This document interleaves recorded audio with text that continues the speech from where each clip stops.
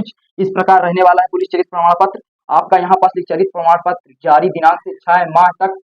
नमस्ते दोस्त, आप लोग कैसे हैं? आशा करता हूँ आप लोग बहुत अच्छे होंगे। तो दोस्त, आज हम अग्निवीर भर्ती से कुछ डॉक्यूमेंट लेकर आए हैं जो कि आपके रैली भर्ती में पूछे जाते हैं, ठीक लगते हैं। तो वो कौन कौन से डॉक्यूमेंट है और कैसे बनेंगे और कितने डॉक्यूमेंट है, सारा सब कुछ आपके मन में एक भी डाउट नहीं रहने वाला है, ठीक। तो चलिए वीडियो को स्टार्ट करते हैं। और आपके सामने जितने भी डॉक्यूमेंट लगते हैं वो हमारे हाथ में है, क्योंकि मैंने आर्मी की भर्ती देखी है, ठीक।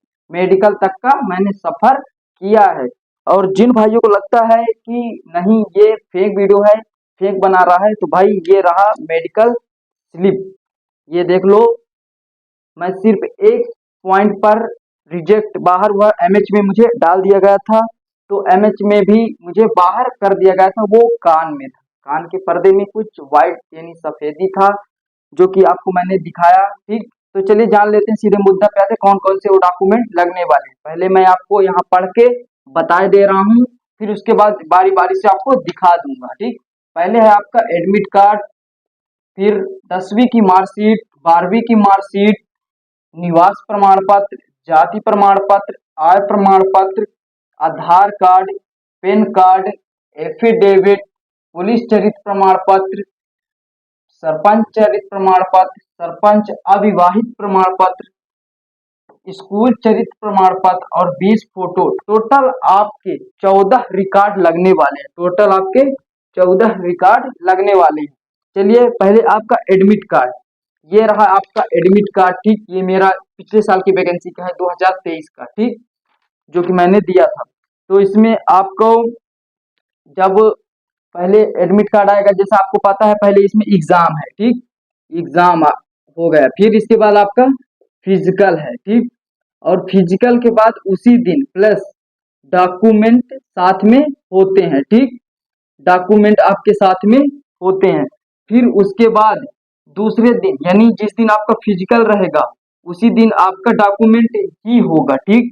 और फिर उसके नेक्स्ट दिन, ठीक, नेक्स्ट दिन दूसरे दिन आपका मेडिकल मेडिकल होने वाला है, ठीक। और फिर उसके बाद आपकी ज्वाइनिंग, ठीक, मेरिट लिस्ट, मेरिट आएगी, सॉरी मेरिट आने वाली है, ठीक, मेरिट। और फिर उसके बाद आपकी ज्वाइनिंग हो जाएगी, ठीक। पहले आपका एग्जाम, फिजिकल, डॉक्यूमेंट, मेडिकल, भाई 1 से 2 दिन में क्लियर कर दिया जाता है। इसलिए बोलते हैं ना, आर्मी की भर्ती में प्रोसेस जो होती है जल्दी जल्दी होती है, ठीक। आर्मी में भर्ती होने का चांस ज्यादा होता है सिर्फ इसी वजह से।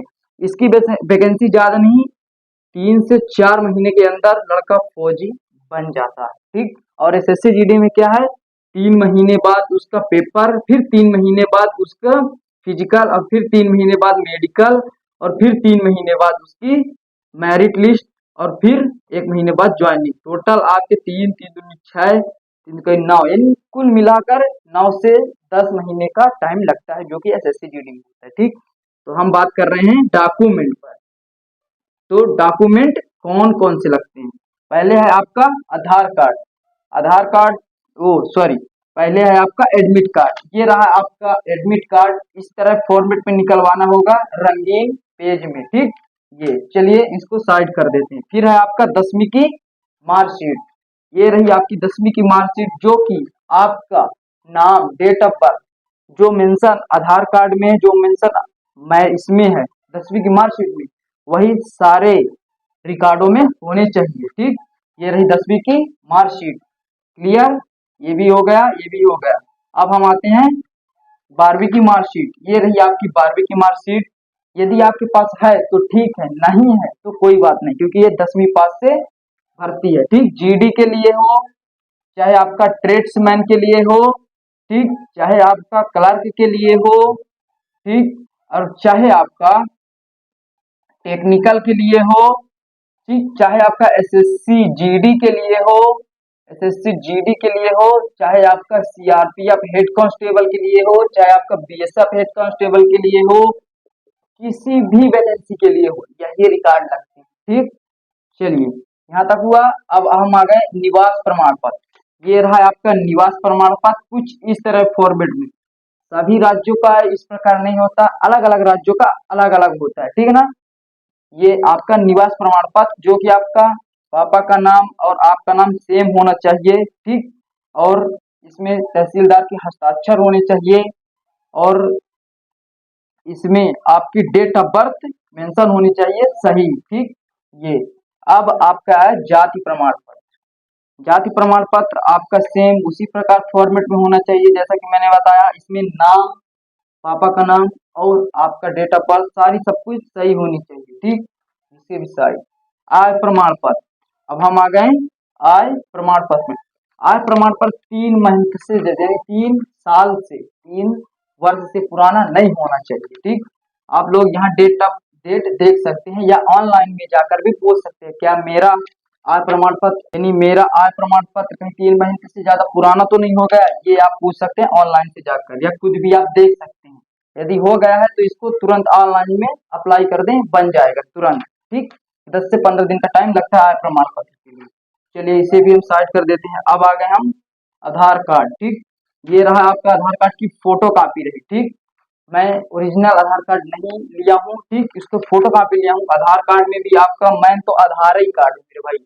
आधार कार्ड में यदि आपका नाम, डेट ऑफ बर्थ और पापा का नाम इधर आधार कार्ड के पीछे, और आपकी जो पता है वो सही है, तो क्लियर है आधार कार्ड, ठीक, सही है। यदि इसमें कहीं भी गलती आधार कार्ड में होती है तो आपको ना तो एग्जाम देने दिया जाएगा, ना तो आपके डॉक्यूमेंट चेक होंगे फिजिकल के बाद, ठीक। और ना आगे की मेडिकल वगैरह में भी रिकॉर्ड लगते हैं, ठीक। सब कुछ बताऊंगा आगे चल के, वीडियो को कंप्लीट पूरा जरूर देखिएगा, ठीक। मेडिकल तक सफर मैंने किया है तो पूरा बताऊंगा, कितने रिकॉर्ड, कितने फोटो कॉपी, कितनी फोटो, कहाँ जाया जाता, सब कुछ बताऊंगा। वीडियो को पूरा जरूर देखिए। ये रहा है आपका आधार कार्ड, इसको भी साइड करते हैं। अब आ गया पैन कार्ड। कुछ लोगों के पास तो, कुछ भाइयों के पास या कुछ बहनों के पास तो पैन कार्ड नहीं होंगे, क्योंकि जो 17 साल के होंगे, 17.5, वो अभी नहीं बन पाए होंगे या उनका अभी नहीं बनेगा, तो पैन कार्ड लगता भी है और नहीं भी लगता है, ठीक ना। पैन कार्ड नहीं है फिर भी चल जाएगा, ठीक। एक आपका पैन कार्ड और 10 12वीं की मार्कशीट यदि नहीं है तो चल जाएगा, ठीक। और यदि आपके पास एनसीसी सी है, एनसीसी बी है, तो उसमें भी आपको एग्जाम के नंबर दिए जाएंगे, छूट दी जाएगी 20% 30%, ठीक। ये रहा है आपका पैन कार्ड, इसको भी हम साइड करते हैं। अब आ जाते हैं एफिडेविट। एफिडेविट क्या है, इसको कहाँ बनवाया जाता है और क्या क्या भरना पड़ता है। ये रहा एफिडेविट, पहले देख लो।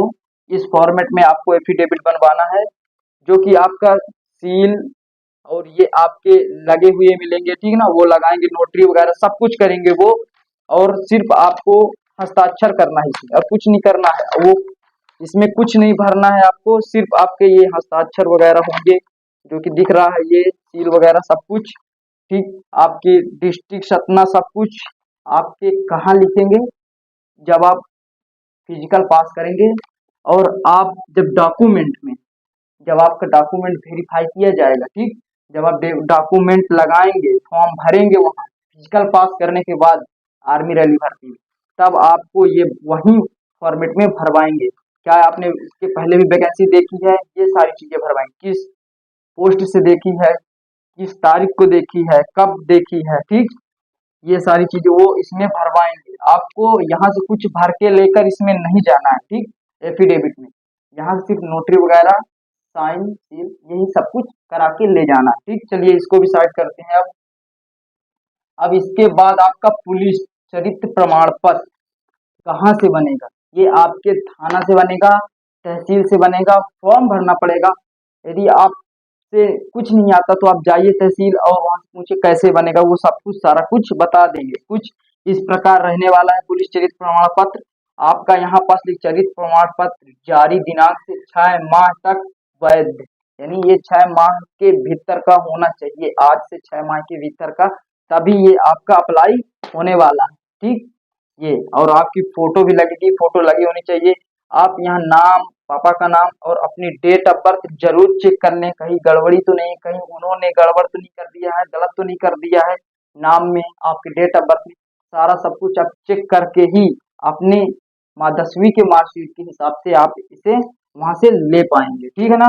यदि ये नहीं गलत है तो आप आइए। यदि गलती से वहां आपके फिजिकल के बाद डॉक्यूमेंट में गलती से आपके डेट ऑफ बर्थ में थोड़ी सी भी मिस्टेक आ गई, तो ये आपको तुरंत रैली से बाहर कर देंगे। ठीक, उस दिन आपको बोलेंगे या कि इसे सुधरवा कर लाइए या कि आप इसे दोबारा बनवा के लाइए या कि इसे सुधरवा के लाइए। ठीक ना, ये कुछ इस प्रकार रहने वाला है। इसकी मैंने फोटो कापी अभी मैं दिखा रहा हूँ, ओरिजिनल मैं नहीं दिखा रहा हूँ। ठीक, फिर इसके बाद है सरपंच चरित्र प्रमाण पत्र। सरपंच चरित्र प्रमाण पत्र कुछ इस प्रकार रहने वाला है। ठीक, जो कि आपके गांव के यानी मुखिया के सरपंच का हस्ताक्षर रहेगा, वो स्वयं भर के सब कुछ देने वाले हैं। ठीक, देंगे। जिस दिन आपका फिजिकल रहेगा उस दिन आपको ये सारे डॉक्यूमेंट कब ले जाना है ये भी सुन लीजिए।